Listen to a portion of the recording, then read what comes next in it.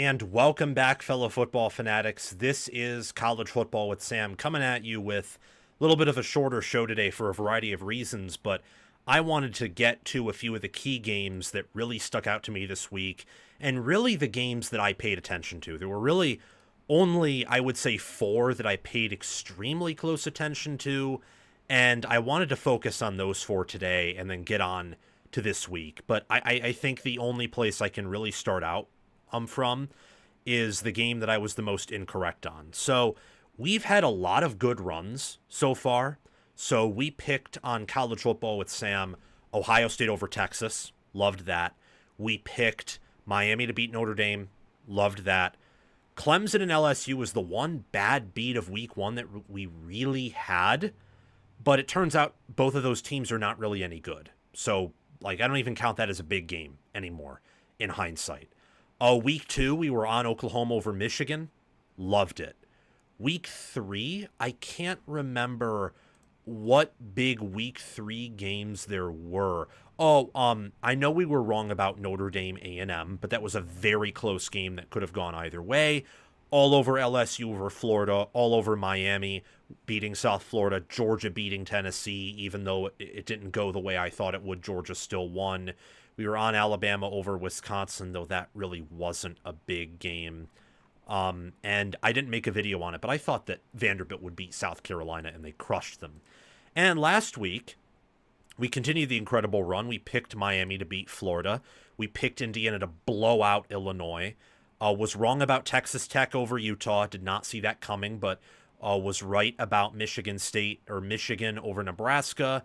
USC over Michigan State. Again, not really a big game, but still, we picked it right. This week was probably our roughest week yet. The only games that I really picked correctly, we're going to discuss two of them today, were Ohio State over Washington, and I simply got who won correct, and the fact that it would at least be a competitive game. I did not get the pace of the game correctly. I thought that Ohio State would score far more points than they did. I thought Washington would score far more points than they did. It was really a slow, ugly game of Ohio State trying to be conservative in this team that can run the ball and not being able to, consistently at least. Bo Jackson looked really good on some snaps, but still being able to pull away because of a really good quarterback, really good receivers, and a defense that looks to have completely reloaded, at least from what I can see through four games. We were correct on Ole Miss over LSU, but I did not pay enough attention to that game or did not have enough time today to go back and review it, so we're not really going to talk about that. And we were correct, didn't make a video on it, about A&M beating Auburn and about Indiana beating Iowa, although I thought Indiana would dominate, and they really escaped due to having the better team. I still think the much better team, but Iowa played the much better game relative to who they are. It looks like Phil Parker has his defense back. That was Iowa's best effort on defense easily since one of those 2023 games, or certainly 2022 against Ohio State or Michigan. That was Phil Parker's best effort as a D coordinator. Had a really good game.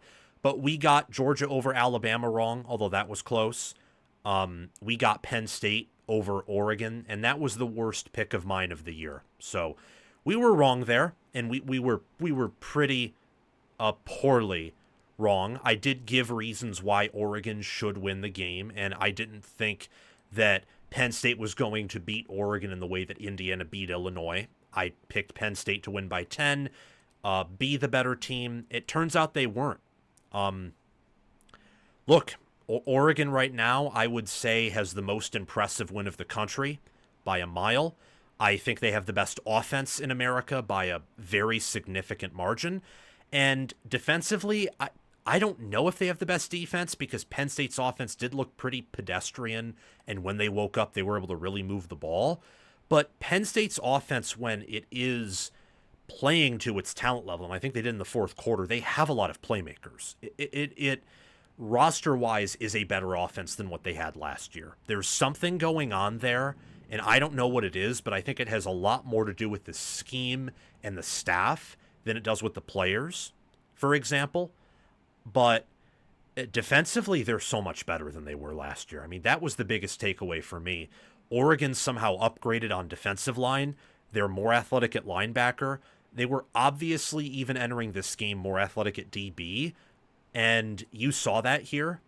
And then offensive line wise, that I would say right now is the nation's best offensive line. The way they were able to move that Penn State defense when Penn State, they put, I would say, an elite defensive performance on the table.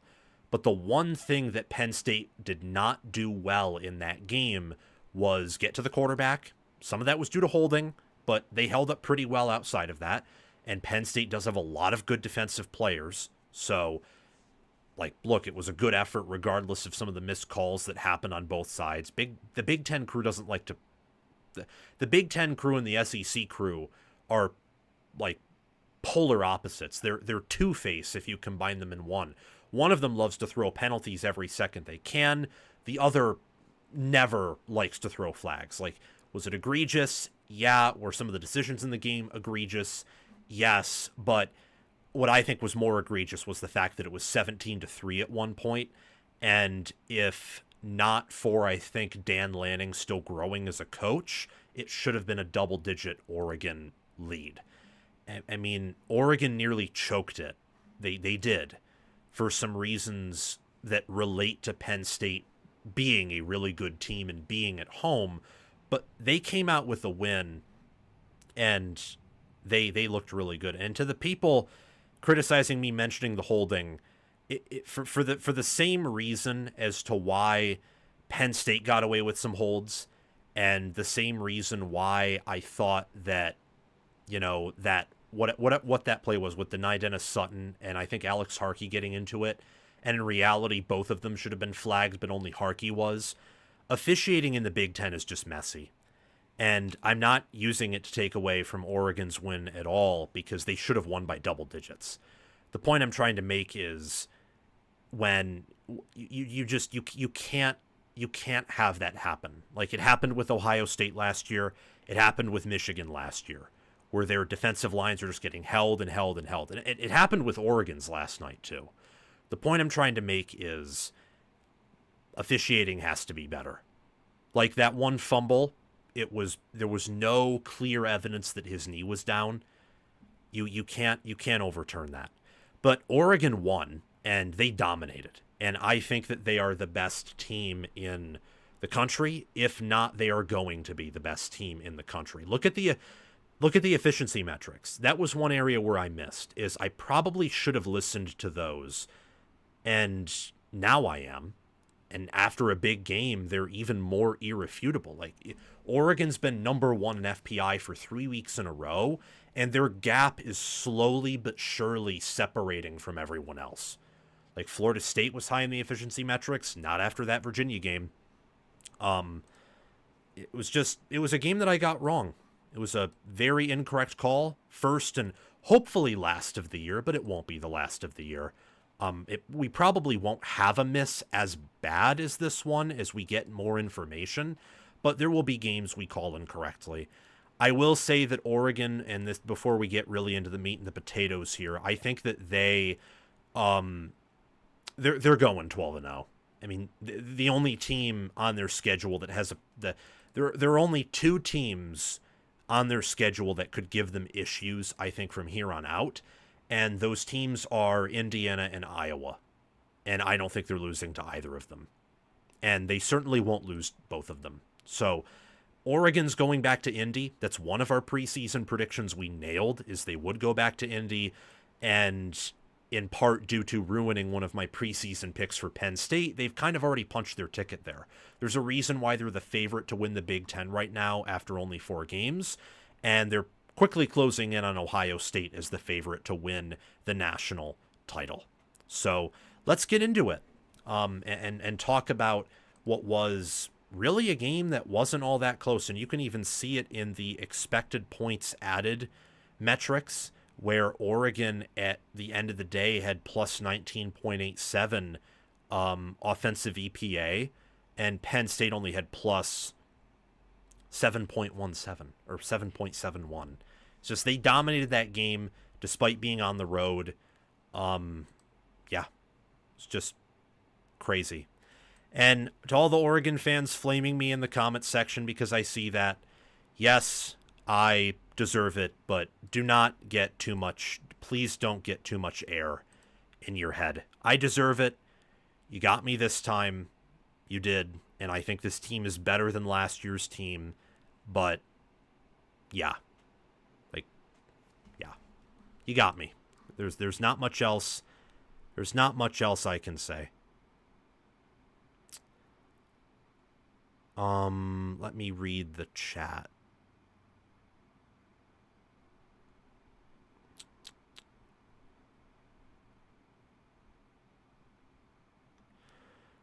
What are all of you saying?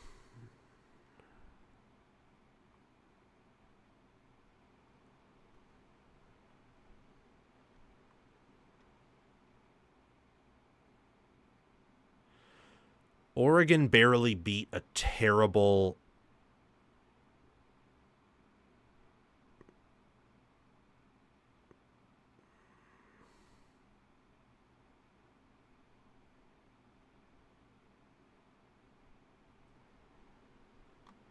Oh, that's another thing, too, to reply to what some people are talking about in the chat. Yeah, I'm not picking James Franklin anymore.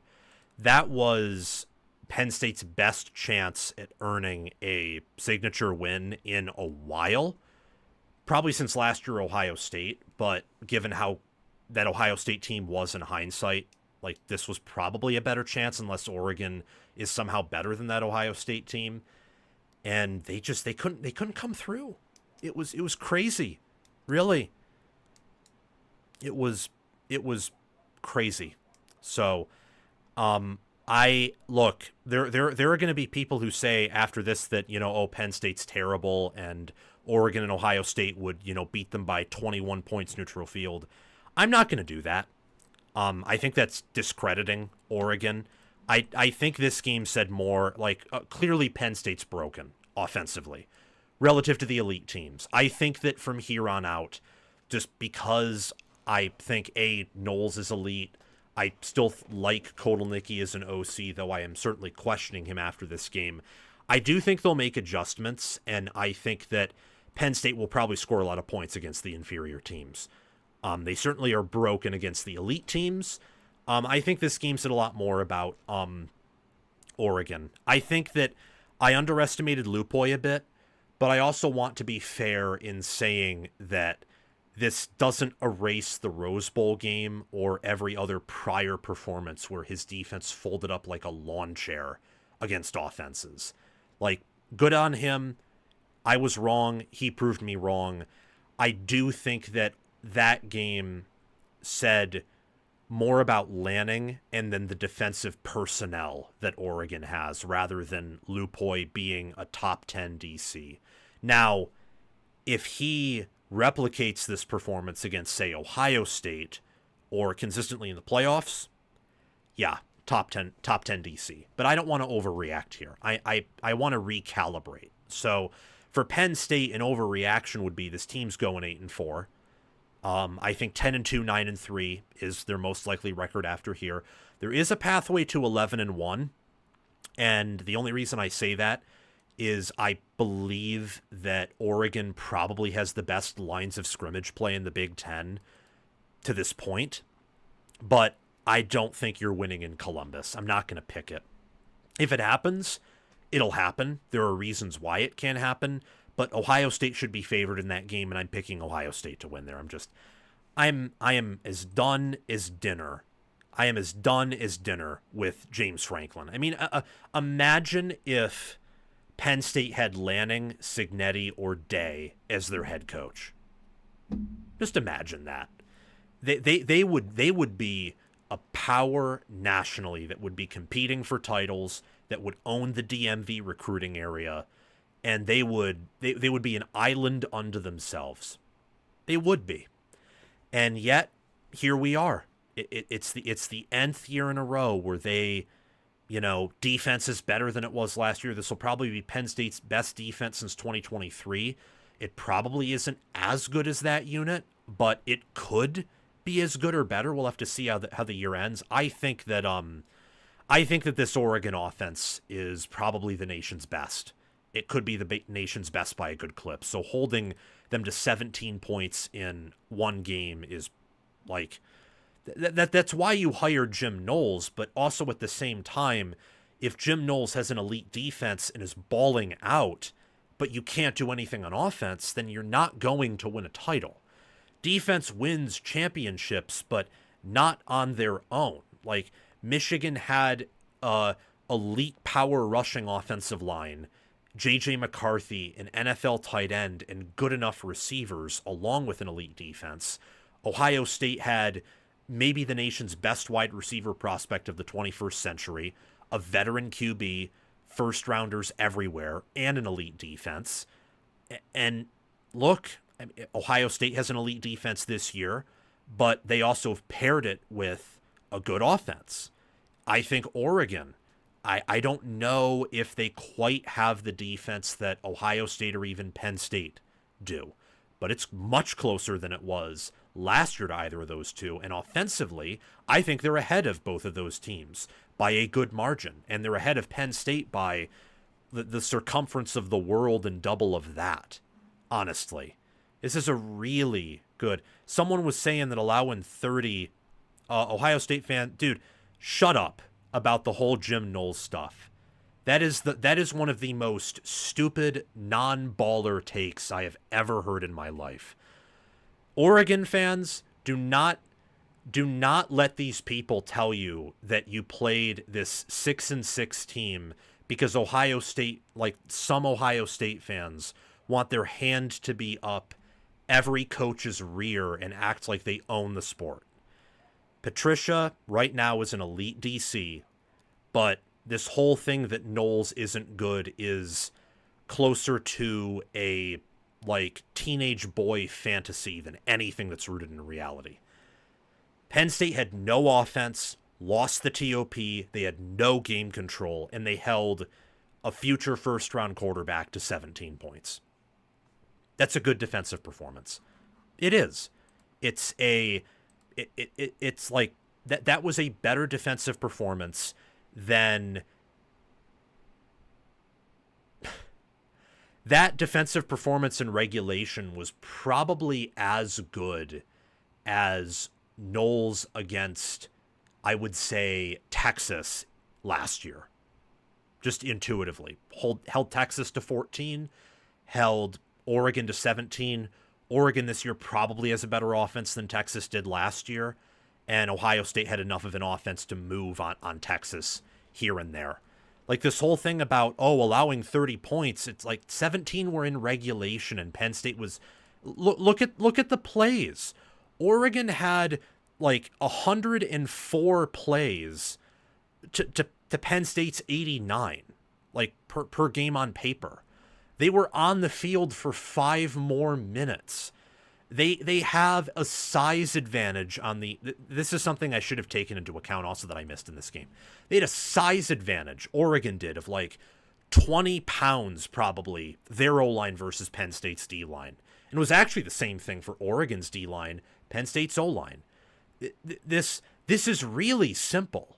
It came down to Lanning out-coaching. It came down to Lanning out-coaching Franklin. It came down to Stein doing what he could against Knowles to get enough points in the single digits early, and by the end of regulation into the double digits, just getting enough to stay in the game. And it came down to Lupoy and probably Lanning coaching circles around Kotelnicki and Franklin. Since Franklin, Kotelnicki are, offensive minded. I saw Franklin with the play sheet a little bit. And then you also have Lupoy and Lanning who are more defensively minded. That's what it came down to. So I don't want to hear, if Penn State's defense was so elite, how did it get to overtime? Oh my God. See, this I don't get it. I don't get it. Whoever in this chat is saying if Penn State's defense was so elite, how did it get to overtime? You're an Ohio State fan. You've never watched bad offense in your life. Penn State's offense was bad. It's like with Iowa. Iowa, the reason Iowa doesn't go 12-0 when they've had amazing defenses is because their offense sucks. or it was completely controlled. That's what happened here. That is what happened right here. The same reason why Ohio State lost to Michigan, in a certain sense, is the same way why Penn State lost to Oregon. The offense couldn't do anything. It couldn't. Now, Ohio State's, I think, more had to do with themselves, and I think that Oregon did, and with Penn State, I think it had more to do with Oregon. Like, Ohio State in that game beat themselves. I think here, Penn State beat themselves a bit with play calling, but Oregon also just physically whipped them up front, like, completely. So I don't want to hear it. I don't want to hear, oh, we told you about Knowles and, we're going to, like, you're already number one. You're, like, in the polls. You're at minimum the second best team in the country. You don't have to go around to everyone and talk about how you've never picked Ohio State to lose in your life and how, you will always be the best and you have the next new Nick Saban and you're going to beat everyone by 50. If you are that type of fan and you're going to come in here with intellectually dishonest takes, you're going to be like the Michigan fans who said that Patricia would allow 40 points per game, then unsubscribe. I don't want to see you again. I don't. And it's just, it's lunacy. It's insane. Penn State's defense played like as close to as good of a game as you could. They played I'm going to say this here now. I know I'm probably rambling here, but I think it's valuable. No defense for the rest of the year will hold Oregon to 17 points and force Oregon to attempt 7 fourth downs. No defense will do that. No defense. No one will do that. No one for the rest of the year will do that. They won't. I mean, maybe you'll get a flukish game where they travel to Iowa, and because now they've traveled several thousand miles and Iowa gets a bye, maybe Oregon comes out sleepy and it's a really ugly game. Or maybe in the playoffs, someone limits them there. But this team is young. Or even Oregon fans will tell you that. Moore is a first-year starter for Oregon, and he's a different player than when he started at UCLA. They haven't figured out their running back rotation yet. Like, after yesterday, they probably have. I think De'Aaron Hill Jr. is probably running back number 1 moving forward. But they were rotating for the first 4 games trying to figure out who RB1 was. De'Aaron Moore is their best receiver, and he's young. He's only going to get better. He's only going to get better. So this whole thing of, Penn State's defense actually sucks. You want them to suck. There's nothing on film that says they sucked. You want them to suck so that you don't have to imagine Oregon possibly being that team. Oregon could be that team. Sure, yesterday could be about how bad Penn State was. It can also be about, Penn State was overvalued. I certainly overvalued them and was wrong there. But Oregon could be that team.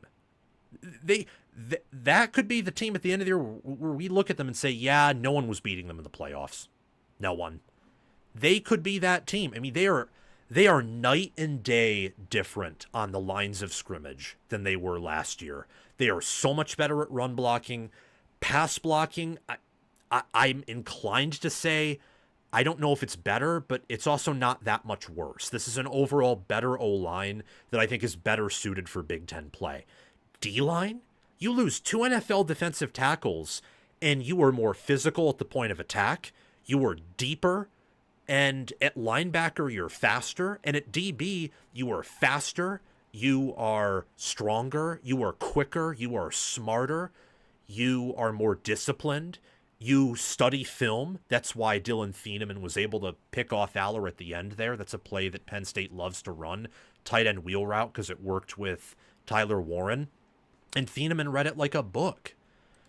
And yeah, it just if you want to come in here and debate the merits of Penn State's offense, you should. Because Penn State's offense, at this point, I'm out on it. They'll have to prove to me that they can do anything like on offense that matters. Ohio State's going to hold them to 10 or 17 points, probably.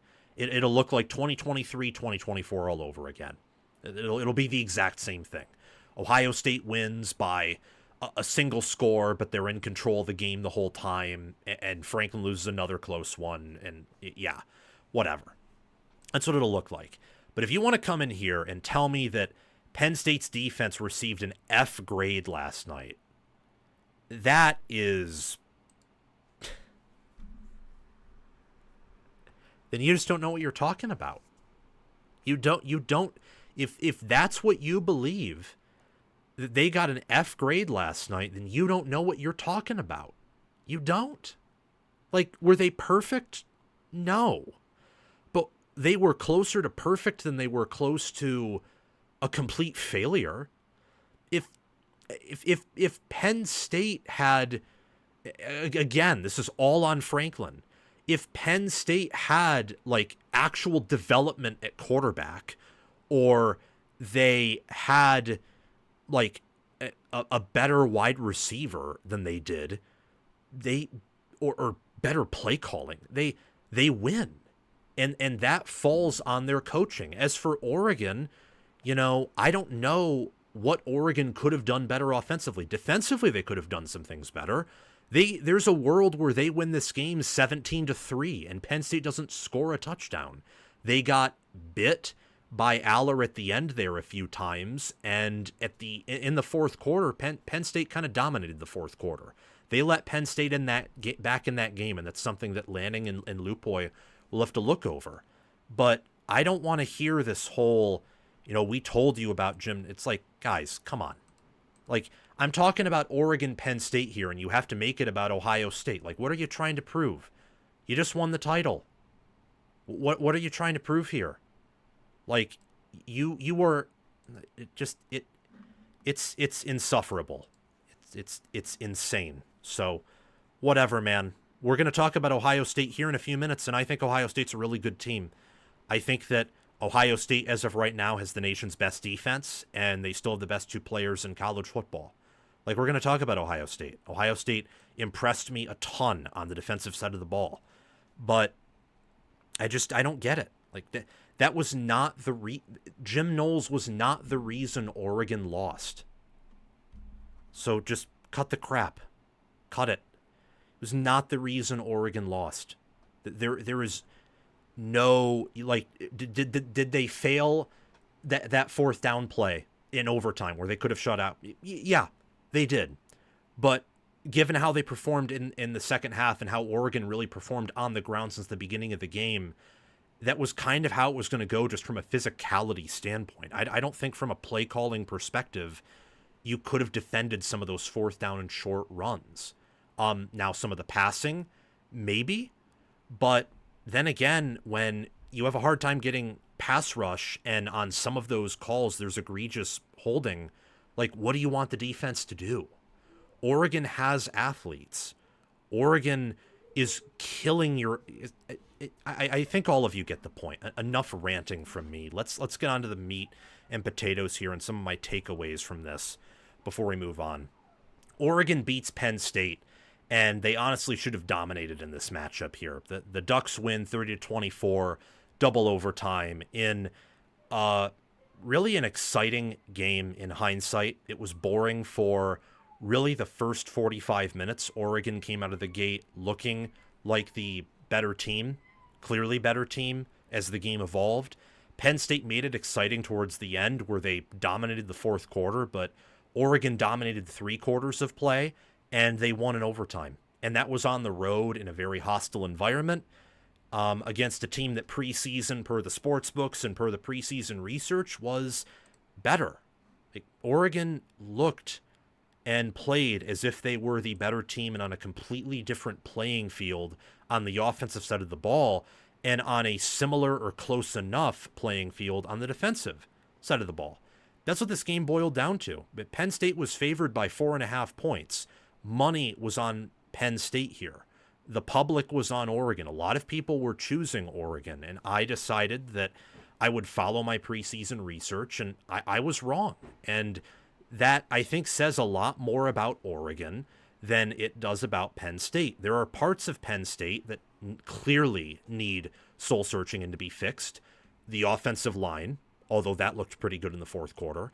I would say more so play calling and how you were able to attack defenses. It was really shocking how Oregon was on defense being fundamentally sound and just trying to attack Penn State. And they, by shocking, I'm not saying it was shocking that they were, trying to stop the run and being a good defense, but it was shocking how they were whipping Penn State for those first 3 quarters on the lines of scrimmage, and how well Oregon, it felt like, was they were playing cover 2. They were trying to keep everything in front of them. They made a clear concerted effort to not let Penn State run that ball, and they dared Penn State to throw on them. They attacked Penn State's perceived weaknesses and were correct there. Penn State didn't attack any of Oregon's weaknesses. Penn State didn't really make adjustments until that 4th quarter, and when they did, they started winning. It was the only reason they brought this to overtime, as they finally made adjustments in the 4th quarter. They were able to force Oregon to punt a few times in the 4th quarter and capitalize on some short, advantageous fields. But Oregon dominated here. When you look at game on paper, when you look at advanced analytics, they were in the 76th percentile in EPA per play with a 0.19. They had a 43% success rate. They had just above a 0 EPA per rush. Penn State, really, when you look at how Oregon's been running the ball and how their offense was lifeless, did a pretty good job, I think, outside of some power situations in trying to limit Oregon's attack on the ground. And EPA per dropback for Oregon was really impressive, 0.35 EPA per dropback. Oregon, what they did offensively against Penn State's defense is they know that Jim Knowles likes to play some bend but don't break, keep everything in front of him. And Penn State was largely successful there. But Oregon, as the game evolved, you could tell, knew that they just needed a few scores. So they kept dinking and dunking. They didn't try to get too cute or too explosive with anything. They kept trying to just gain 3-4 yards, cloud of dust. And with their strong offensive line, with a size edge over Penn State's defensive line, they were able to power through, and they were able to get some scores. Oregon had a 12% explosive play rate, which I think that some of that one play, for example, where there was an obvious hold and denied in a Sutton, some of that's not on Penn State's defense. Some of that was also on Oregon's offense, though. Brycen Moore is clearly an alien wide receiver. Dante Moore, more so. He's a future NFL quarterback.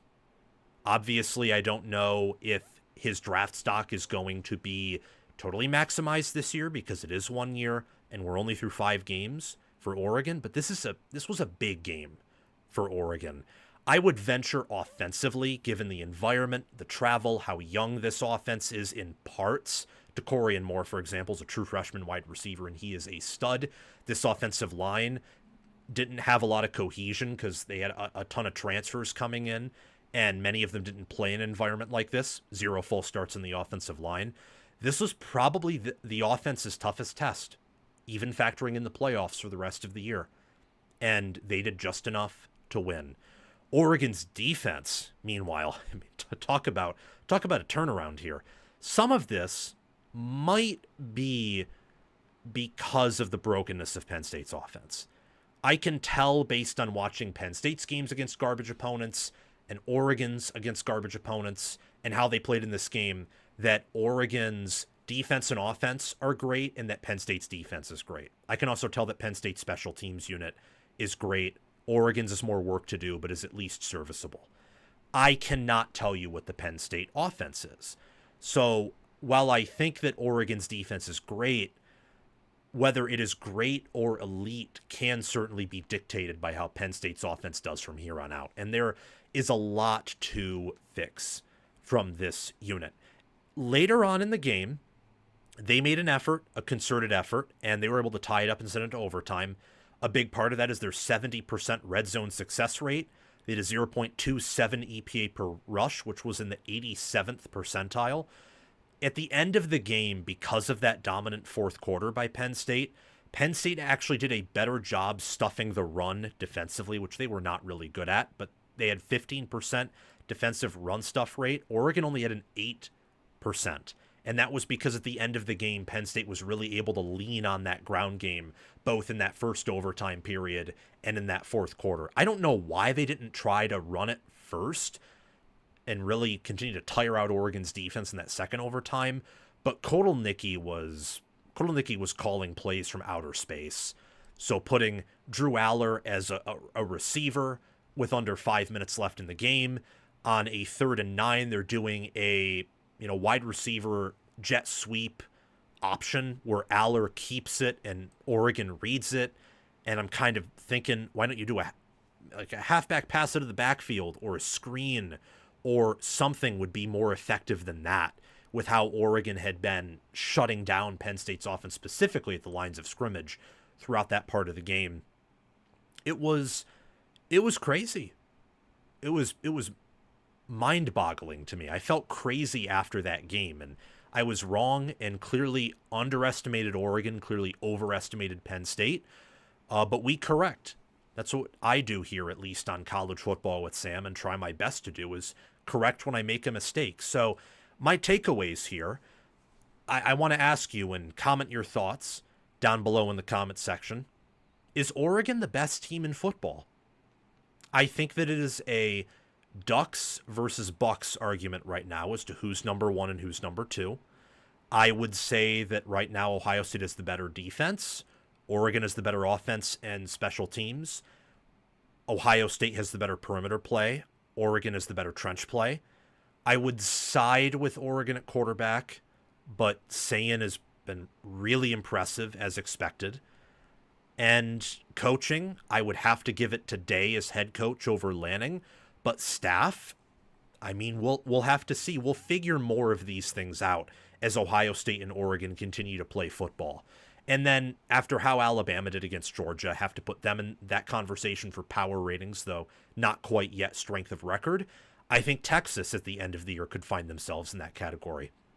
Penn State hypothetically could be in that category at the end of the year, especially if they play offense like they did in the fourth quarter, where you're not being as cute. You're getting Aller way more involved in the run game. You're going into max protect more often to compensate for some of those pass protection issues.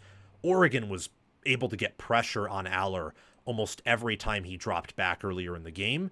Did a better job of preventing that at times in the fourth quarter, especially on that long touchdown pass to Devontae Ross, where they had 7 guys protecting him.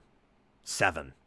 So I think if they call the rest of the year like they did in that fourth quarter, they could win it all, but I need to see it to believe it at this point. I really need to see it to believe it. I mean, you come out that way off the bye, and Oregon early fourth quarter has a 94.7% chance to win this game. They'd travel over 2,000 miles. Penn State, there's a good chance still after this game that they have more players taken in this year's NFL draft than Oregon does, and more in the first round. And you come out and you look that way off of a bye while Oregon is on fire. Oregon is doing their best to survive, and they are not just surviving, but at one point it looks like they are thriving, and at one point they're ahead by double digits. That's shameful. It all falls on James Franklin. And the fact that from a roster standpoint, it appeared they followed the Ohio State model and the Michigan model and, the model of what Clemson tried to do this year, the model of what Florida State did in 2023. But it's anything but those. It's much closer to Clemson's than Michigan's, Florida State's, Ohio State's, anything like that. It's so, or Texas. Texas returned a lot entering the 2024 season, or not a ton, but they returned enough at key positions: quarterback, offensive line, brought in transfers at receiver, returned some key contributors, and recruited extremely well on defense. And they have just, it's been a disappointment.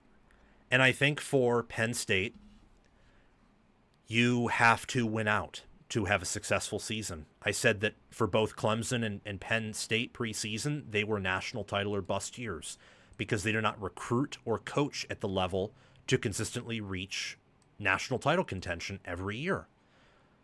And Aller, I think there's a good chance that he'll succeed in the NFL, which will be even more damning on Franklin because he's not succeeding at Penn State right now.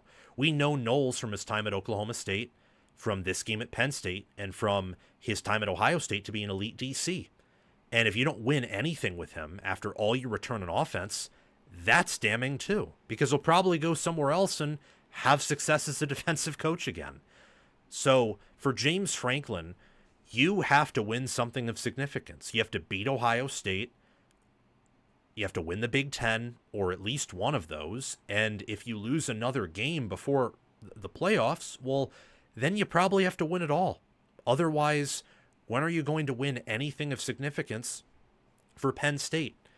And I can't pick them to do anything right now of importance. It's put up or shut up time. And I've picked James Franklin to win a couple of big games last year, picked him to win it this year against Oregon. I'm done. I'm not picking him against Ohio State. At this point, I may not even pick them against Indiana. Indiana's so much better coached. Indiana actually develops players on the offensive side of the ball. They have better used the portal. They are more fundamentally sound. They psychotically prepare for their opponents, as Ohio State did when they won it all, as Michigan did when they won it all, as Georgia, as Alabama teams before them. Penn State doesn't do that. Penn State doesn't psychotically prepare for their opponents. They try to force a round peg into a square hole, or a square peg into a round hole, and it doesn't work. It doesn't work. What happened with those running backs for Penn State? Why did they get so few carries? I know it's because they were getting stopped by Oregon's defense, but you find ways to get them involved. You have to, as they are the key to your victory. That's how you're going to win games. You're not going to win games doing what Ohio State does. You do not have their wide receiver talent or their development at quarterback. You don't. Win with your offensive line. Win with your quarterback run. Win with your running backs. And you didn't do it in your most opportune spot. Even if Oregon is better than Ohio State, and the advanced metrics would say they are right now, hosting Oregon versus traveling to Ohio State is probably the equivalent of a touchdown point swing. And Oregon, to this point, if you lost to Oregon at home and you want to beat Ohio State on the road, simple math, this is of course factoring out matchups, but bear with me, you'll have to be 14 points better than you were yesterday to beat Ohio State. That's going to require a ton of improvement, a ton of soul searching, and probably some favorable matchups against Ohio State that you did not have against Oregon. So I picked Penn State to win it all preseason. I'm changing my pick for sure to one of Oregon or Ohio State, and I will lean with Oregon to win it all right now. I'm out on James Franklin. I'm out on Penn State until further notice. They will have to prove me wrong. They'll have to. Yeah, stop ranting, Sam. LOL. Thank you for the $2 super chat, Chris Lane. Really appreciate that. My rants are done.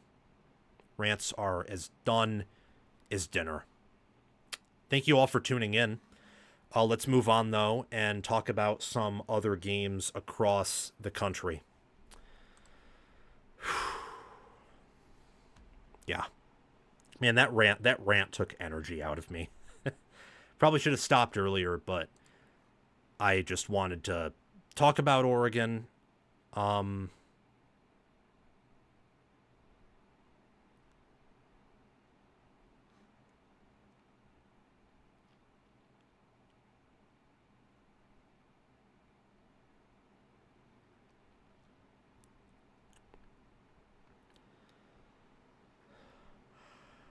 Oh, and guys, yeah, keep it civil. Keep it civil in the chat. Don't be trash talking people. Don't do that. Don't be trash talking. Don't do that. Don't be trash talking people. Someone said, "Come on, Sam. Penn State beat a A10 school UMass." Whatever. Whatever. Oh, wow. Okay, time to talk about Ohio State and what they did against Washington. And it was so impressive. I was really impressed with Ohio State's effort over Washington. The game didn't quite go how I thought it would, as Ohio State controls Washington, winning 24-6. I was correct in the sense that it would be competitive for 2 or 3 quarters, and then Ohio State would win and pull away. But I didn't think they would win by 3 scores. I did not think that. And I didn't think that they would hold Washington to 6 points, although in hindsight I should have, for some reasons I'll explain in this breakdown. And I didn't think Ohio State would only score 24. So I think that there's still a lot to learn about Ohio State. There's a lot that we don't quite know yet about the Buckeyes that we'll learn about probably in the month of November, not even October, because they're not losing to Minnesota. They're going to beat Wisconsin because Wisconsin, their team, I think, is quit. And Illinois could test them, but I'm not going to count on Illinois really testing whether or not Ohio State is the nation's best team. Ohio State probably won't lose that game, and if they do, it's more likely to be Ohio State not playing to their potential rather than Illinois really exploiting a weakness that can't be overcome due to some simple fixes and getting up better for the next game. Ohio State right now is putting opponents in a locker and putting them in a blender and just beating them with defense. Offensively, I think that they are just fine. I don't think they have the offense they did last year. I don't think they have the offense they did in 22 or 21. It is a similar operation, but I would also say cleaner than the 2023 offense. So it's a little bit better than that, but it's not quite the 24 playoff offense or the 22 or 21 offenses or even the 20 or 21 offense. This is a team that, as of right now, until further notice, is a defensive first team, which is kind of a continuation of the past 2 years of the Ryan Day era. It's really interesting. 2023, the defense is the better half of the team by a mile.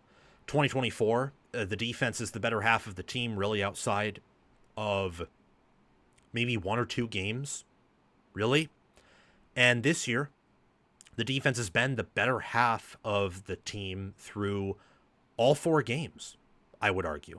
I mean, Matt Patricia's doing a pretty good job. I was skeptical of the hire early in the preseason, but in August, the more I thought about it and the more I thought that Ohio State is a massive talent edge, he has great assistant coaches, and I trust Day with, commanding a program, I thought, I don't know if he's going to be the nation's best DC, but I think he's at least going to do enough at Ohio State to be considered a success.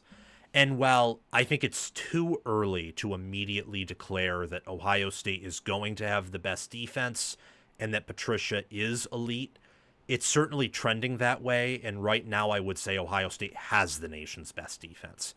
Things can always change, but holding Washington to 6, Ohio only scoring 6 points based on a fluke play. You did business against Grambling.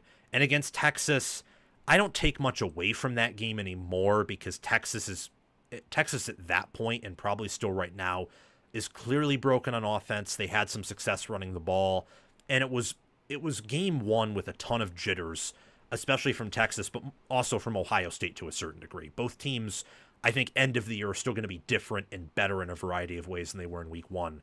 But Washington has Damon Williams Jr., who I think is one of the better quarterbacks in America. Denzel Boston's a good receiver. Jonah Coleman's an awesome running back. And while Jonah Coleman had almost 100 all-purpose yards and Damon Williams had a pretty good day passing the football, he couldn't get in the end zone, which is what truly matters, and his offensive line couldn't protect him against Ohio State's defense. And when they could protect him, his receivers couldn't get open. So this Ohio State team can beat you in a variety of ways. I mean, they held Washington to negative 0.09 expected points added per play. Washington did have a 40% success rate. They averaged over 5 yards per play. They had some moments of success, but they, at the end of the day, couldn't get in the end zone. And that's ultimately what matters, especially when you're on the road against a team that's clearly inferior to you. What can you not let them do outside of letting your return specialist fumble it after you get good field position? That was bad. Or the 4th and 1 run failure when you can get up on them early and you get the crowd excited by failing there. The one box they checked was Washington could get down the field, but they had to settle for field goals. And it made Jedd Fisch anxious enough to try a fake that was blown up. Ohio State special teams read it perfectly. And that really was when there was no way Washington was going to win. They needed points there. And to turn them away there when Ohio State was still figuring stuff out on offense and you knew eventually they'd at least get a touchdown on the board, that was the killer. That was the kiss of death right there. This is what the good teams do. It's what the elite teams do. It's what the elite good coaches do. And Ohio State and Ryan Day certainly checked that box. I've been impressed with Julian Sayin, especially in the pocket. I've been very impressed with him. I think that he is a different quarterback than any we've seen under Day. He has some similarities to some, but he's not a carbon copy. So I think that his pocket awareness, for example, much, much closer to Howard's than it is to McCord's. I mean, there were some plays where Ohio State's offensive line, for the first time in a while, was not perfect in pass protection. And he was able to just, move, one step here, one step here, one step back, one step forward, was able to make all the throws. I mean, he was kind of waltzing. He was kind of doing a slow dance in the pocket. Looked very comfortable, very natural. He had 208 passing yards for an 88.9 QBR. He only took one sack, and that one sack was at the end of the game. It was more of a garbage time play than anything else. So it was a good overall effort by an Ohio State team that still has stuff to figure out, but is up there. They're ranked number 1 in the AP poll. They're ranked number 1 in the coaches poll. And honestly, through 5 weeks, there is a strong argument for Ohio State to be number 1. I think they're either the best team in America or they're the second best team in America. I think it's an Oregon versus Ohio State argument right now. If you only want to value recent performances, you could maybe say Alabama from a power ratings angle is number 1, and they're up there in FPI and S&P Plus with Ohio State and Oregon. That's kind of the top 3 from my understandings. But I can't overlook how they've appeared on defense compared to Oregon and Ohio State at times. I can't. So right now, I think it's an Oregon versus Ohio State argument. And that's what I want you guys to tell me in the comment section. Is Ohio State the number 1 team right now? Let me know. I think certainly they have the number 1 defense. I think that their questions right now relate to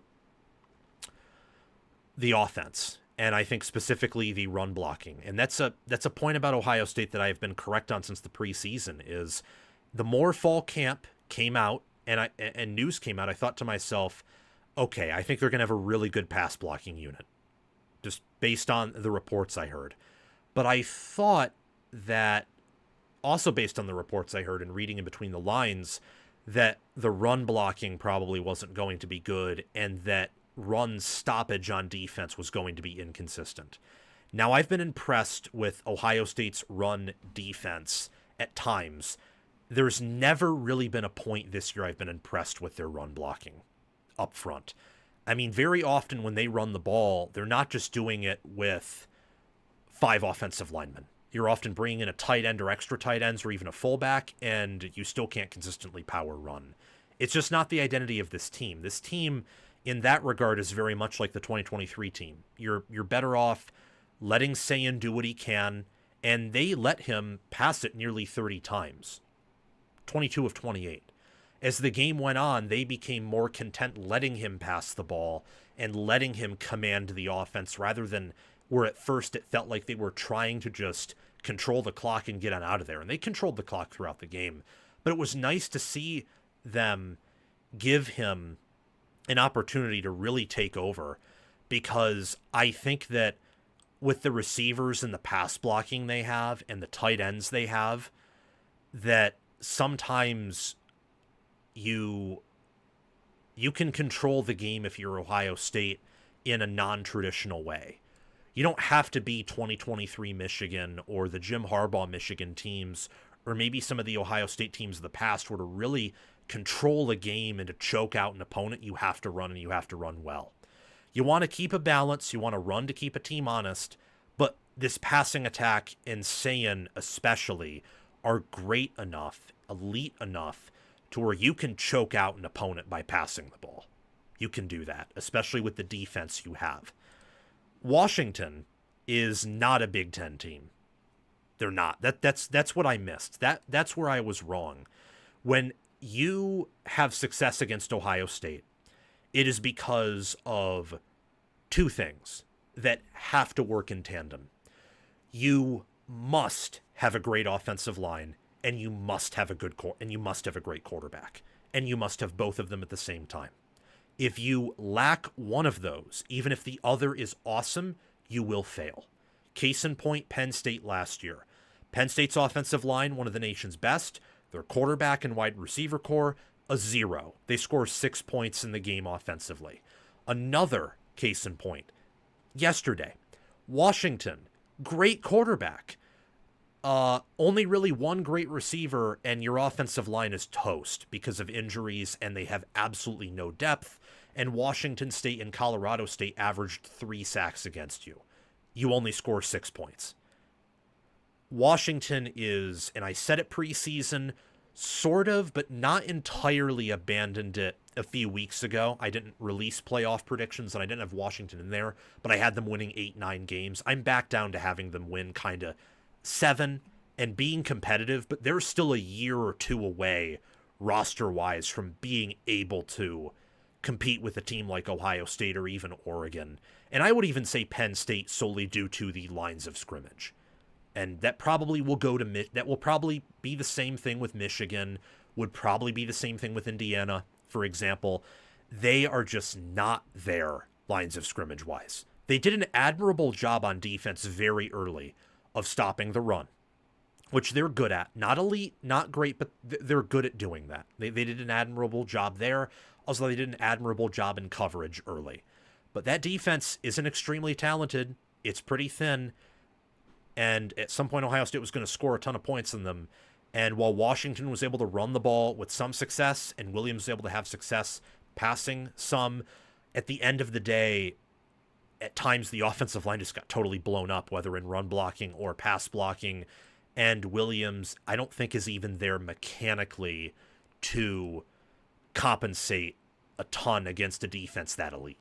He's just not. I mean, Ohio State is... So they allowed 6 against Washington, 9 to Ohio, that's 15, and then 7 to Texas. They're averaging 5.5 opponent points per game through 4 games. That is 2024 Ohio State, 2023 Michigan, 2021, 2022 Georgia level stuff defensively. We'll see if they can keep it up. We'll see if it's a GOAT caliber defense.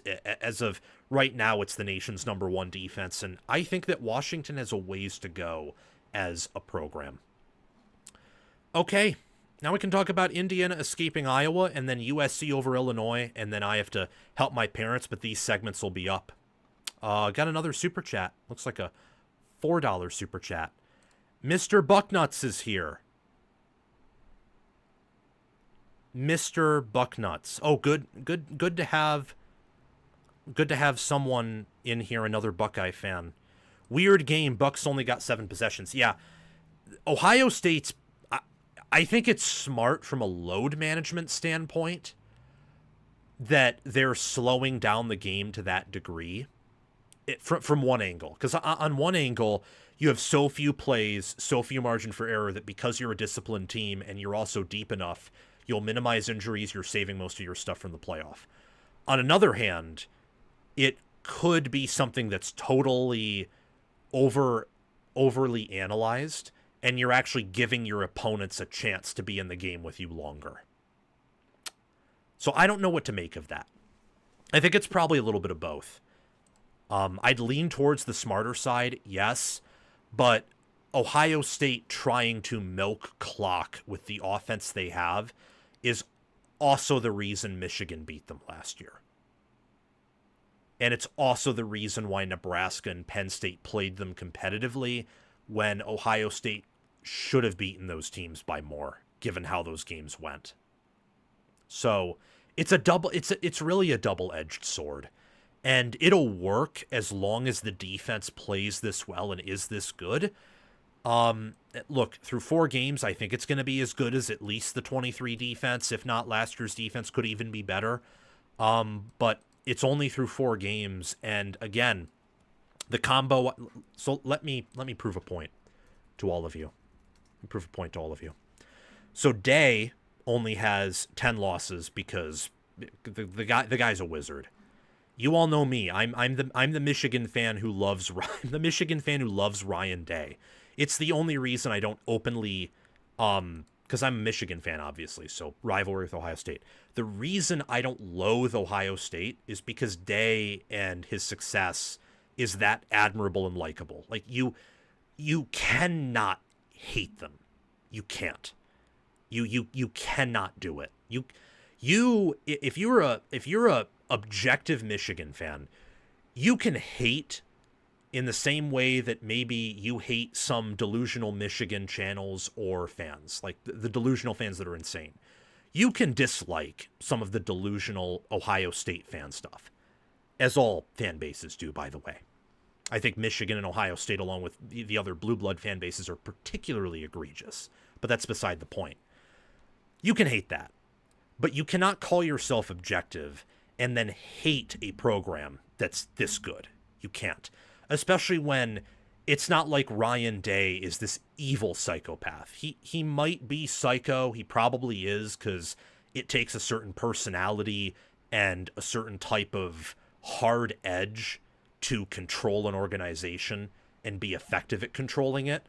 But he has he has a family. He cares for his players. He takes the heat no matter what. He bears his cross. And that's very admirable. And I think he has a wonderful culture. Going back, though, to 2022, just as an example, like this was Noel's first year. Defense was pretty mediocre, in part because Noel's inherited a bad unit. You can't fix that in 1 year. The 2 games they lost, also the only games where they gave up more than 40 points. Michigan and Georgia. They had elite O-line, both of them had elite O-lines, and they both had collegiately wonderful quarterbacks. McCarthy that year was just good, maybe great. Bennett that year was elite. Penn State earlier in the year, good O-line, good quarterback. They really only scored 24 points. That 31 was a garbage time drive where you're ahead 24 or 44-24. It doesn't matter that you let them score, really. And, Michigan State, you allow 20, a pick 6 there. Wisconsin, you win, you hang over 50. Toledo, you hang over 70. Different clock rules back then, too. Maryland and Penn State were the only teams to score more than 30. Maryland is a sleepy game on the road, and they had a good offense. And again, defensively, they were limited. And Penn State really only scored 24 in that game. That other touchdown came in garbage time. 2023, Ohio State. They let Indiana score 3, Youngstown State 7, Western Kentucky 10, Notre Dame 14, and the offense then was locked up by Golden's unit. Maryland scored 17, one of which was a short drive off of a terrible fake punt. Purdue scored 7 in garbage time. Penn State was held to 6, scored 6 more in garbage time. Wisconsin was held to 10. Rutgers scored 16 in a game where they had trick plays. They ran the ball pretty well, but only scored 16, really. Michigan State was held to 3. Minnesota was held to 3. There were only 2 games in which they lost, in which their opponent had great O-line, great quarterback. Michigan, elite O-line, elite QB that year. Missouri, close to elite O-line, good, great collegiate QB. Notre Dame earlier in the year, they had the elite O-line, but Sam Hartman was probably an above average good quarterback. And that's why they won. Penn State that year had an elite offensive tackle and probably a good, maybe great O-line overall, but Aller was horrible, so they couldn't do anything offensively. You go to 2024, and you all know the story of 2024, so I won't go over it much. Penn State limited to 6 total points offensively. Indiana is limited to 7 points before garbage time. Everyone else on the schedule scores fewer than 17 offensive points in the regular season. Michigan, the only reason Michigan wins is because their defense is awesome and Ryan Day had his head up his butt. That defies the rule, and that was because I think Ohio State beat themselves a lot in that game. Oregon, they only scored more than 30 because near elite collegiate O-line and a great college QB. They got locked up in the playoffs, of course. And Notre Dame, Texas, Tennessee, they either lacked those qualities or they had them and Ohio State beat them anyway. Case in point. So that's what I'm talking about with Ohio State right now, is I think they have the nation's number 1 defense, just in the same way I think Oregon is the number 1 offense in America. But I don't know. Like I do not know for sure. I want to see Ohio State's defense play offenses that have a lot more talent and more composed quarterbacks than what Manning was, because it would be one thing if Manning looked that bad and then immediately looked better. But he looked pretty bad against San Jose State, looked awful against UTEP, and Sam Houston is a high school team. For Oregon, they only scored 17 against Penn State. Much like Ohio State's defense, I think that unit is legit. But I want to see it, against Oregon, against Indiana, against Iowa on the road. And if they have a lot more success there than they did against Penn State, the most talented defense they'll play all season, then I can really buy into them for sure having the number 1 offense. But let's talk about Indiana. Speaking of the Hoosiers, Indiana escapes Iowa winning 20-15 with Mendoza running backwards for about 40-50 yards, earning a safety to run out the clock. Iowa covered the 8.5 point spread, and this was an ugly, ugly game. It went Iowa's way in just about every way it possibly could.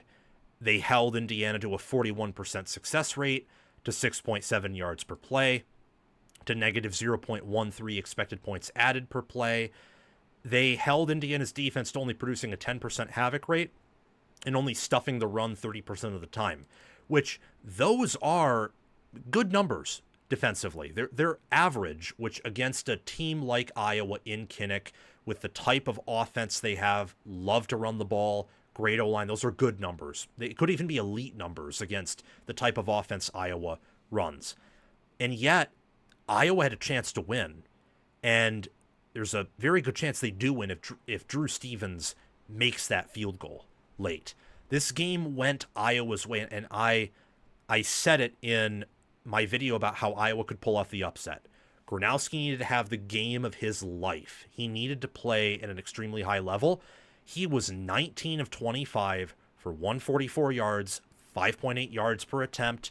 He had 1 rushing touchdown, 7 rushing yards. He did throw 1 pick, and he only had a 54.7 QBR. But against a defense like Indiana's, that is about as good of a game as one could expect. Could have gone better in some instances, such as him not getting hurt, and I do hope and pray that he is healthy. Hate injuries in college football, always. And yet, he did as well as he realistically could have, I think. Iowa's rushing attack was stonewalled. That was an area they needed to do better in to secure the win. But really outside of that, and Stevens missing that field goal, Iowa passing the ball, I think did about as well as they could. Even in terms of total offense, I thought they did close to as well as they could have. I didn't really see Iowa scoring more than 20 points in this game. They scored 13. It could have scored 16 if Stevens makes that field goal. It was more about the defense that had to come through if Iowa wanted to win, and they came through. They had 2 sacks, 6 TFLs, 2 passes defended. Zach Lutmer had an interception. This, based on what I know about Indiana's offense, Fernando Mendoza, Elijah Surratt, an offensive line that in this game averaged 4.5 yards per carry, sack adjusted, and Roman Hemby was busting tackles. I've told you before, Indiana's lines of scrimmage are much better than they were last year. And even in this game, I think they showed that in instances. But Iowa was able to have a 15% havoc rate, which means 15% of Indiana's plays offensively were a pick, a forced fumble, a sack, a TFL, or a stuff play with no gain or a negative gain, a loss. For Iowa to hold Indiana to negatives in expected points added per dropback and expected points added per rush, that is impressive. Of course, you have the long touchdown late in the game that won it for Indiana, the 49-yard pass from Mendoza to Surratt. But that's because Mendoza's an NFL QB and Surratt is going to be a day 2, day 3 wide receiver pick in the draft. Similar with Omar Cooper Jr. Nico Radicic making field goals of 46 and 44 yards in that final sequence, 19 seconds, 47 yards and 3 plays. Hemby breaking that initial tackle to get down the field and give Indiana a chance there instead of just running it into the half. That is why Indiana is one of the best teams in the country. Their physicality, even on Iowa's best day, can outmatch and overcome Iowa's physicality. Iowa is a better team than they were last year. That I'm pretty confident in. They have better QB play when Gronowski is healthy. And look, Hank Brown isn't probably that much worse than Cade McNamara, and he's better than Deacon Hill. They have probably a better offensive line than they did last year. They just no longer have Caleb Johnson, so their rushing offense is worse. They have better receivers. And defensively, I don't quite know how good their secondary is yet, but their secondary wasn't the problem yesterday. When you zero blitz, when you have to blitz to get pressure, and when you want to blitz to force that turnover, because you know your offense isn't going to score, so the only chance you have to score is a pick six or returning a pick in field goal range or forcing a fumble, you take risks. Phil Parker took a calculated risk. He called an amazing game. Indiana just has the better athletes. They develop better, and they had the far superior quarterback, in part due to injury. It happens. This stuff happens. Iowa is one of the best 2-loss teams in college football right now. They are a team that I think, while I'm not picking them to beat Oregon or Penn State right now, they will give, I think, both of those teams some fits, especially based on where they are in the schedule. The question I have for Indiana is, can they scale against the top 10? In this game, I think, proved they could at least hold water at times against a top 10 lines of scrimmage, as I think Iowa has top 10 lines of scrimmage, but Iowa does not have top 10 perimeter play. They don't on defense, although it's good, it's close. They certainly do not have top 10 perimeter play offensively. And Gronowski was able to really identify holes in the zone and find them to get completions for his receivers. Indiana knew what they were doing by letting Iowa get what they could in short yardage. It was a wonderful game plan. Very similar, I think, Tim Lester's game plan was to Will Stein's against Penn State. You're facing a really good defense, so just get what yardage you can. Maybe you can get a really sustainable, 15-play drive that results in a touchdown, and they had that with an 11-play, 73-yard. That's fewer than 7 yards per play. 5-minute, 31-second touchdown drive to close out halftime. Iowa had that.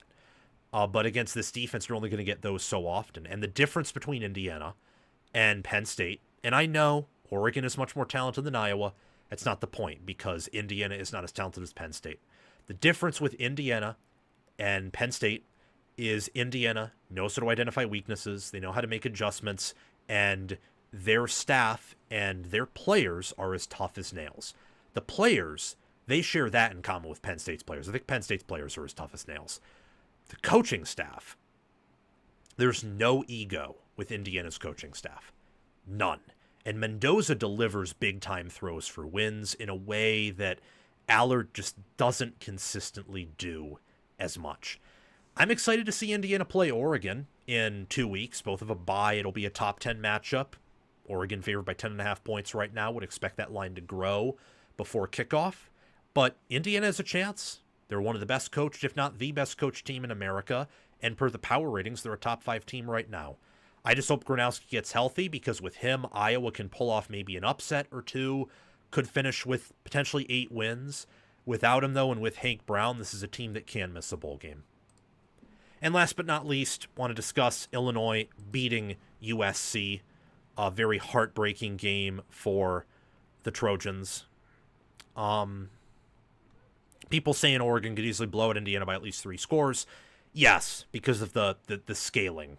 Oregon is just so talented that they could be better than Indiana at every position and put the game away pretty early. There's a total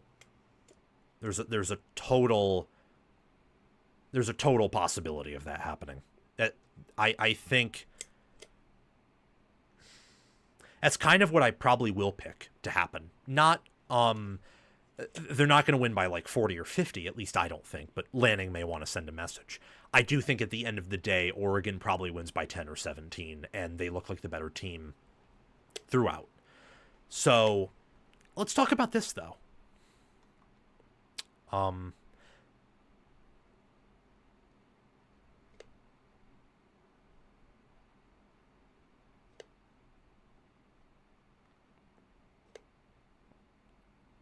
me see. I don't know why USC, Texas, and Florida aren't all top flight teams. Texas is. I know people want to talk about, oh, their offense looks bad, but Texas and Penn State, I think, are similar. The difference is Texas is a more talented version of Penn State, and that might be good enough for them to eke it out even with ugly offense, because they're more talented on defense, they're more talented on offense, and Sark isn't quite as bad as Franklin, though he's close. And look, if Penn State can still win it all, and per the sports books, they're favored over Georgia to win it all. I think they're 4th or 5th in odds to win it all. If they're that high, and then Texas should at least be that high. Texas is actually ahead of them right now.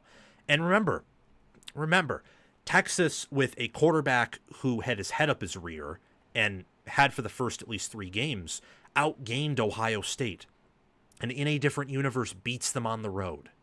And Ohio State's one of the nation's best teams, could be the nation's best. So Texas is a top flight team, but USC and Florida, very disappointing. Let's talk about USC here before I get on out of here. I warned people about this last week, and I picked USC to win, and I was wrong there. But in almost every other aspect of how this game would go, I was correct. It's weird in that sense. Wrong with the pick, wrong with, or in regards to which team would win, but correct on how the game would play out. It's weird. And what I told people was, look, USC is better than Illinois, but you're traveling on the road, you're kicking off at 9 a.m., and I know Illinois just lost to Indiana by 53 points, but Indiana, especially with that matchup, is that good. Remember, Indiana 50-bombed Nebraska last year. This win against Illinois was far more impressive because they are a better team. Indiana, this year to last year, is a better quarterback, better receiver room, better tight end group, better running back group, better offensive line. They're better everywhere offensively. And defensively, they're probably better, or they've at least matched the defensive line. They're similar better at linebacker, and I would argue with Lewis Moore, they're better at defensive back. And special teams, they're better. USC is not the wagon. They're not the unit. They are not the Spetsnaz group that Indiana is. Indiana, even though USC's talent is closer to Oregon, Ohio State, Penn State, Texas, Alabama, Georgia, Indiana is much closer to those teams than USC is. Just solely based on watching how they play, their film, their adjustments, their execution, the analytics even. They are better. Now, the analytics loved USC entering this game. But for some teams, the analytics can be fake. For some teams. I suspected that USC was a bit inflated in those categories, while I believe that Indiana's, for example, were totally dead-on correct about how good they were. And look, USC was a little bit overinflated here. And you know how I know that? Because they lost their center, and hopefully he's okay. I hate injuries here. You all know that. They lost Kamari Ramsey to what I assume sounded like food poisoning. He couldn't sleep. He was vomiting. Very ill, very weak, just couldn't play. And Lane was a bit banged up. And you saw, they also are down to their fourth nickelback. And corner, they had to rotate a bunch due to injury. They fell apart at those specific positions. You know who Altmaier looked like yesterday? He looked like C.J. Stroud. If Stroud used his legs. That is who Luke Altmaier looked like. Since when does Illinois have C.J. Stroud? Altmaier was 20 of 26 for 328 yards, 12.6 yards per attempt, 2 touchdowns. His QBR was a 97.5. He had 28 rushing yards and a touchdown.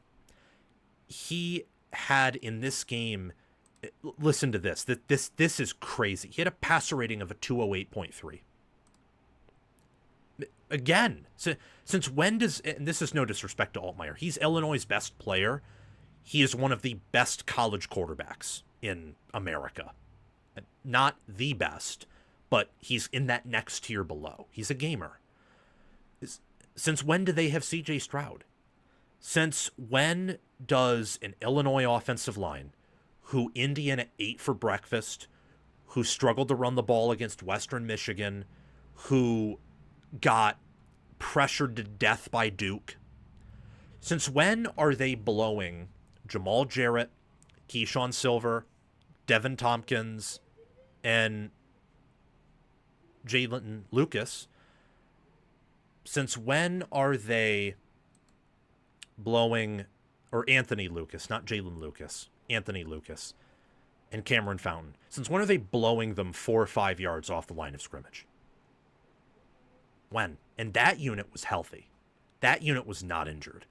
And then this is another game. It's another game where really, if you watch it, USC's offense is limited. They are not quite where they were at Oklahoma with Riley. They're not there. This offense is probably better built for Big Ten play than certainly than the 24 offense. It's probably better built than the 23 offense for Big Ten play. The 22 offense was so clean and cohesive. I don't know about that unit. But Maava, look, he had 364 passing yards, 2 touchdowns. He had 1 ugly pick. Outside of that, he has NFL potential. He's layering throws, perfect touch, perfect ball placement, feeling the pocket. But USC's offense, when you take out the sacks, they only ran the ball for 3.9 yards per carry. And Wayman Jordan lost a fumble. So Illinois, and I said this in my 10 reasons why Illinois should expect to win. Illinois, shockingly, has a good defensive line. Linebacker, I knew they'd be good. Secondary, I knew when healthy they'd be great. But they brought in Kurt Neal, James Thompson Jr., returned some rotational guys, and many of them were not at 300 pounds, and they were either injured or didn't look good at their previous schools, or were backups. They've all played well this year. They have done a good job retooling their front and making sure they are well-conditioned and have Big Ten size. And Illinois, they dominated lines of scrimmage. They dominated LOS. And how I know that is USC is better on the perimeter, obviously with their wide receiver one. Illinois is a deeper wide receiver room, especially when Lane is out. And USC's backs are faster, and they're twitchier, and they have better patience. And yet Illinois was able to get downfield, and at the end of the game, the final drive, when USC retook that lead by 1, followed the analytics going for 2 on that first, drive of the 2 drives, and therefore on their touchdown, 9 plays, 80 yards, 4 minutes, 26 seconds, they kick the extra point to win, assumingly win. Illinois received the kickoff, 9-yard run, 0-yard pass, 8-yard run, 12-yard penalty, PI. 13-yard run, 6-yard run, 0-yard run, 3-yard run, field goal. They had, what is this? They had 2 pass attempts on that final drive. They essentially, not to the same degree, but essentially did to you what Michigan did in the 2-minute drill, except they didn't have to. They chose to. So that way they could control the clock, they could dictate things, and they could settle it on their terms, winning with a field goal. That has to be humiliating. So if you're a USC fan, I feel bad for you.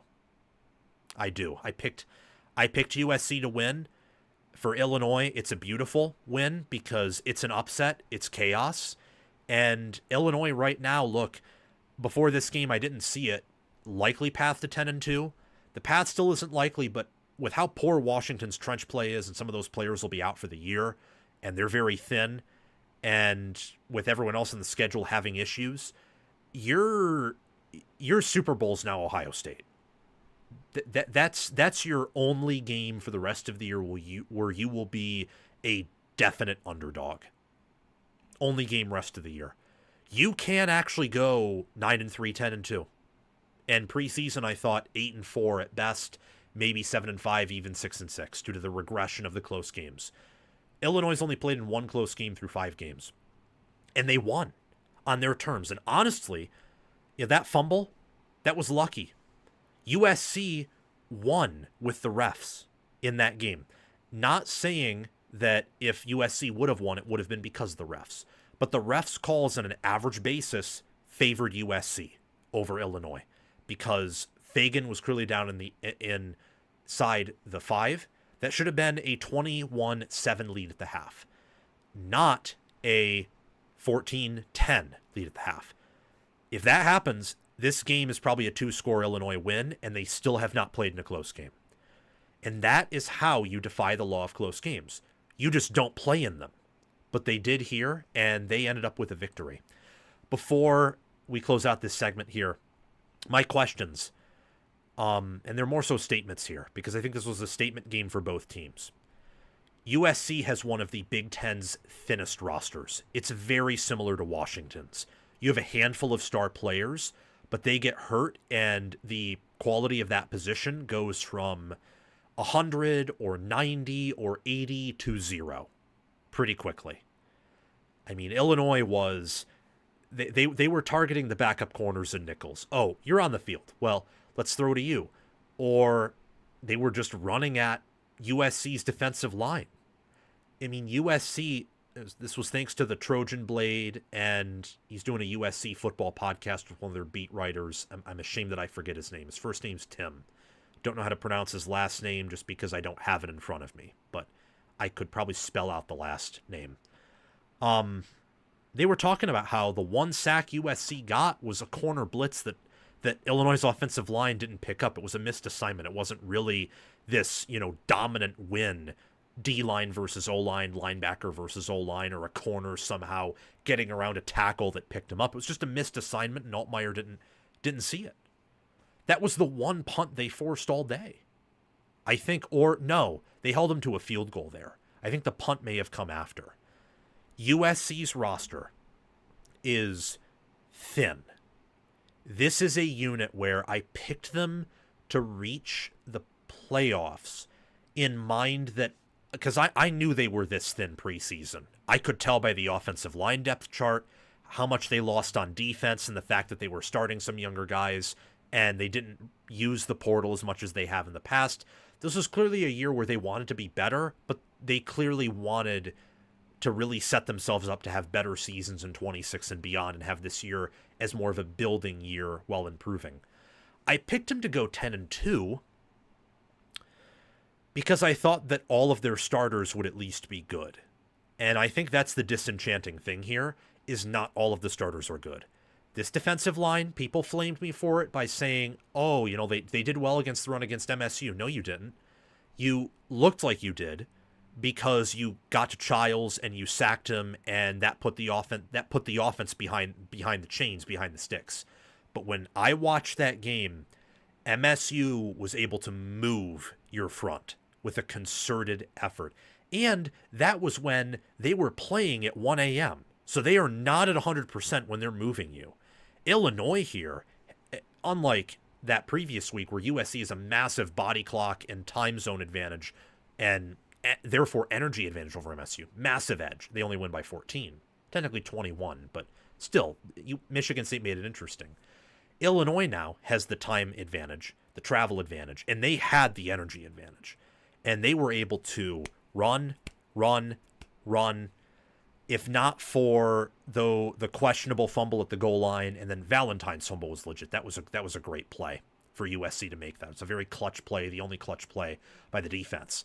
If not for that bad fumble call on Fagan, this game's remembered in an even worse light for USC's physicality on defense. This is why Tremaine Carroll was hired, and ultimately they should have made the move against Wiley after last year, or even after 2023. They didn't, and I still am high on Riley and USC in the long run, but this year I'm definitely taking some steps back. I think that Michigan, Notre Dame, and Nebraska, with how they played today, they're going to lose one of those games. And Oregon is the kiss of death.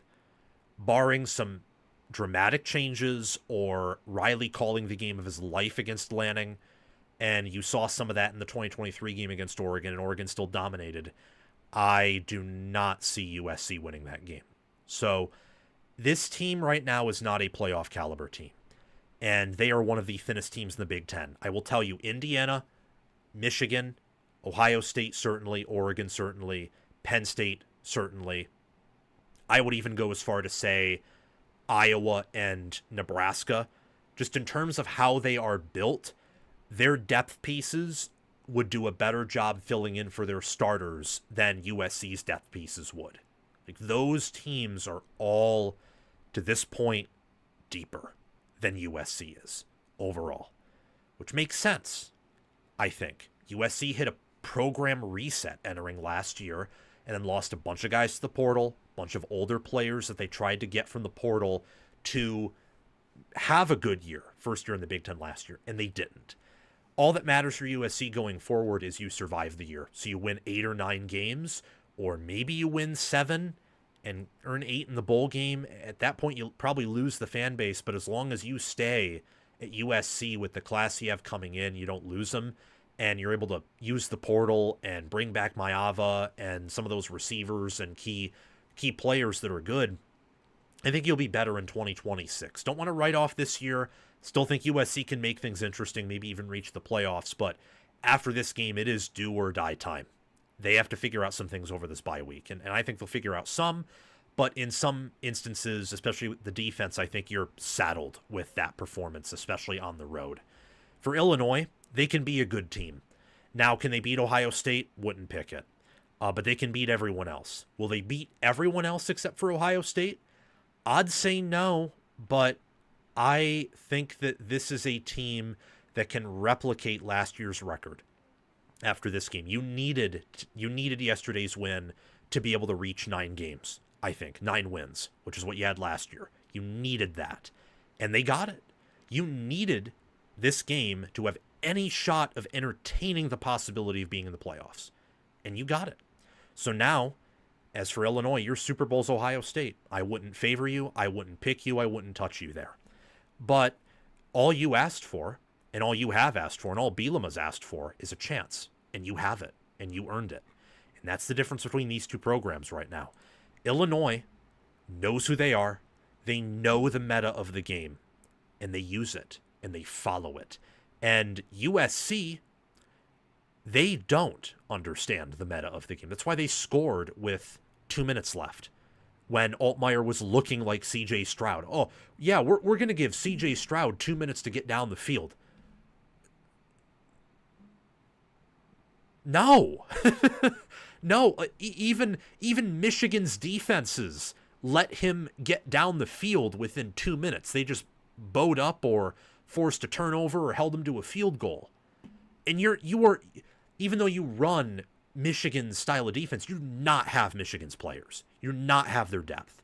There is no one on this defense even close to Aiden Hutchinson or Will Johnson or Mike Eason were still, or Rod Moore when healthy, or Mason Graham, Kenneth Grant, Josiah Stewart. No one close to that right now. No one. Okay. Thank you guys so much for being on. I am going to get off because I got to help my family with something. So these segments will be up later tonight, and we'll see you tomorrow talking about more games. So thank you all so much for watching. I got to get going right now. Oh, before that, though, got to read a super chat from SFS Inverted. Hey, Sam, go Bucks. Sorry about your Penn State pick. Aller's making the same mistakes every year, not developing at all. Penn State calls it Happy Valley, but the only ones smiling are the top 10 teams leaving with a W. You put that very nicely, SFS Inverted. Very nicely. Thank you. Thank you so much for that super chat. I really appreciate it. Thank you. Did I miss another one? Oh, Chris, missed this. Gotta go. If you're reading this, good luck to you and your team. Come back and talk about football. See you all soon. Take care, Sam. Thank you, Chris, for the $5 super chat. Thank you for being a moderator on the channel. Everyone, I know today's stream was short. I know it was a little bit inconsistent.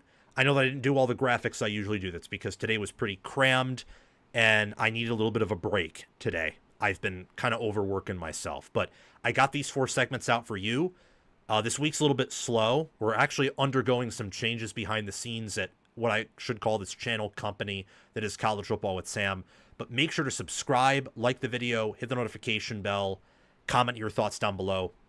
Please do those things. Even if I vehemently disagree with you, you vehemently disagree with me, disagreement is what college football is all about. So call me a moron, call me a genius. Hopefully it's something in between.